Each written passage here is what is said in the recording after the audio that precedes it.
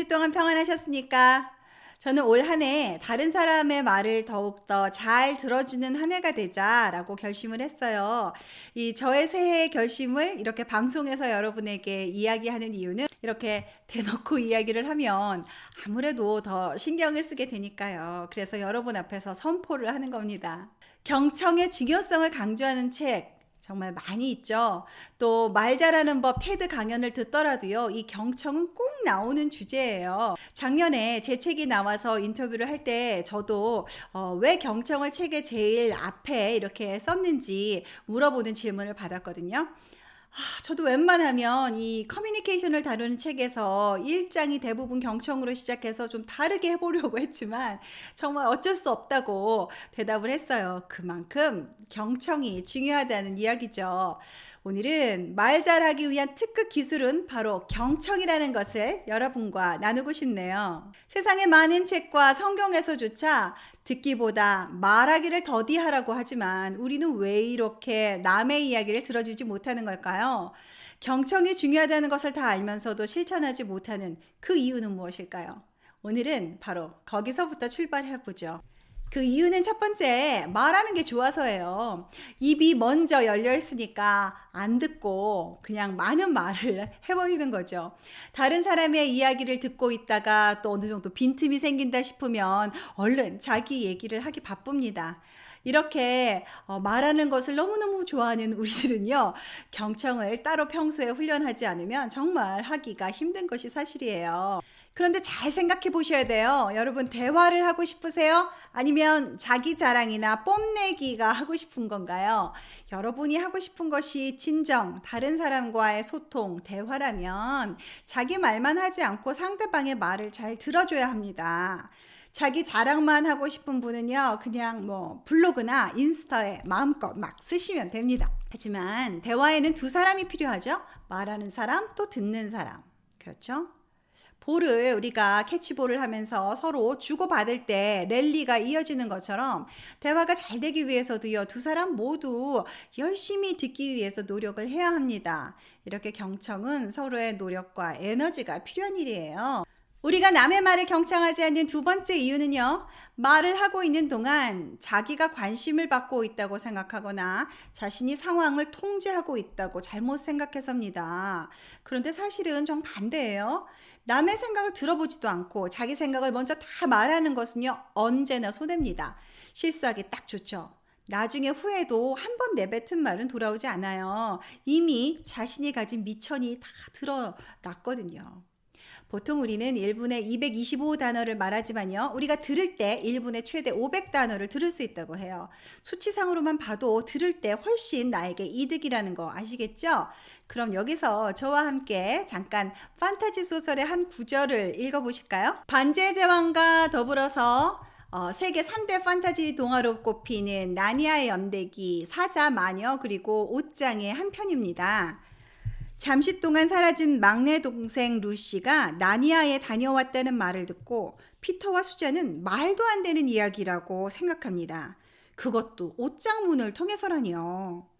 그곳의 시간은 잉글랜드와 다르게 흐르며 거기서 양쪽 이마에 뿔이 달린 반인반수 톰누스와 차까지 마시고 왔다는 루시의 말에 언니와 오빠는 동생이 지나치게 상상력이 풍부한 건지 아니면 제정신이 아닌 건지 알쏭달쏭하기만 합니다. 심술꾸러기 에드워드는 아예 작정을 하고 이 루시를 놀려먹기도 합니다. 아이들은 이 문제를 부모님께 알리기 전에 디고리 교수와 상의하기로 합니다. 아이들은 조심스레 디고리 교수의 서재문을 두드립니다. 교수는 들어와요 라고 부드럽게 대답하고는 자리에서 일어나 아이들에게 의자를 내줍니다. 그리고는 편안하게 이야기를 하라고 먼저 말을 하죠. 교수는 양 손가락 끝을 맞댄 채 아이들의 이야기가 끝날 때까지 한 번도 끼어들지 않고 묵묵히 듣기만 합니다. 심지어 이야기가 끝난 후에도 아무 말도 하지 않았어요. 그러다 마침내 목청을 가다듬고는 아이들이 생각지도 못했던 질문을 꺼내기 시작합니다. 너희는 루시의 이야기가 사실이 아니라는 걸 어떻게 알 수 있지? 그건 수잔이 말을 하려다 멈췄습니다. 이 노 교수의 표정이 너무나 진지했기 때문이죠. 제 책에서 이 경청을 소개하기 위해서 나니아 연대기의 일부분을 인용을 했었는데요. 디고리 교수의 모습 보셨죠? 그는 아이들을 반갑게 맞이하면서 먼저 편하게 이야기할 수 있는 분위기부터 만들어 줍니다. 그리고 또 양손가락 끝을 이렇게 맞댄 채 경청하는 모습에서 이 아이들의 이야기를 진지하게 듣고 있는 모습을 보여주고 있죠. 그리고 이 아이들을 꼭 돕고 싶어 하는 그 진심을 느낄 수 있었어요. 그런 사람과 함께 있는 아이들은요, 신뢰감과 안정감을 느낄 거예요. 디고리 교수의 모습처럼요, 경청은 상대와 이렇게 온전히 함께하는 모습을 말합니다. 경청을 영어로 active listening이라고 하는데요. 그냥 listening이 아니라 주의 깊게 들어준다는 뜻이거든요. 말하는 사람이 무슨 말을 하든 그 말을 듣고 그의 말을 지지해 주려는 그런 태도를 몸으로 보여주고 있습니다. 만일 디고리 교수가요, 내가 평생 정말 많은 학생을 가르쳐 왔지만 내가 이런 황당한 얘기는 정말 처음 들어본다, 뭐 이렇게 아이들을 다그쳤다면 어땠을까요? 아마도 아이들의 꿈과 모험, 또 그 안에서 일어난 성장은 모두 멈춰버렸을 겁니다. 하지만 디고리 교수가 진지하게 또 진심을 다해서 아이들의 입장에서 이 황당한 이야기를 들어준 덕분에 이날의 대화는 순조롭게 이어질 수 있었고 나니아 연대기는 계속될 수 있었죠. 이렇게 누군가 내 말을 믿어주고 내 말을 들어주면 마음의 문이 스르르 열립니다. 그래서 점점 대화를 나누면서 자신의 깊은 속마음을 들여다보게 되고요. 그러다 보면 자신도 이제까지 몰랐던 어떤 자신에 대한 새로운 면을 우리가 깨닫기도 합니다. 사람들은요, 이렇게 존중받고 또 마음을 열어도 되겠다 싶은 이런 안전한 상황에서 상대방에게 마음의 문을 엽니다. 그날 디고리 교수와 대화한 아이들의 생각의 키도 아마 그 덕분에 한 뼘 더 자랄 수 있었을 거예요. 이처럼 경청을 잘하는 사람은요, 말하는 사람과 온전히 함께하는 사람입니다. 여기서 온전히 함께라는 말은요, 그냥 물리적으로 뭐 한 공간에, 한 교실에, 아니면 한 방 안에 우리가 함께 있는 것만을 의미하지는 않습니다. 여기저기 분산되지 않은 시선으로 말하는 사람의 그 말뿐만이 아니라 그의 눈빛, 음성, 톤, 표정 등에 공감하면서 마음이 만나야 한다는 것을 뜻합니다.